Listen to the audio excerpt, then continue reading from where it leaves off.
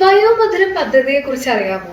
പ്രമേഹ രോഗികളായ 60 വയസ്സ് കഴിഞ്ഞ വയോജനങ്ങൾക്കായി കേരള സർക്കാർ നടപ്പിലാക്കുന്ന ഒരു പദ്ധതിയാണിത്. BPL വിഭാഗത്തിലെ വയോധികർക്ക് സൗജന്യമായി ഗ്ലൂക്കോമീറ്റർ നൽകി അവരുടെ ആരോഗ്യനില മെച്ചപ്പെടുത്താനുള്ള ശ്രമമാണ് ഇതിലൂടെ സർക്കാർ ലക്ഷ്യമിടുന്നത്. ഓരോ ജില്ലയിലെ 1000 മുതിർന്ന പ്രമേഹ രോഗികൾക്കും ഗ്ലൂക്കോമീറ്ററുകൾ നൽകാനാണ് ലക്ഷ്യമിട്ടിരിക്കുന്നത്.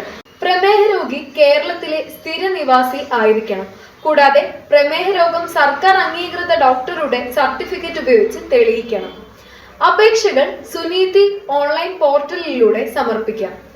അപേക്ഷയ്ക്ക് ആവശ്യമായ രേഖകളിൽ Aadhaar card, medical certificate, BPL certificate, bank passbook പകർപ്പ് എന്നിവ ഉൾപ്പെടുന്നു.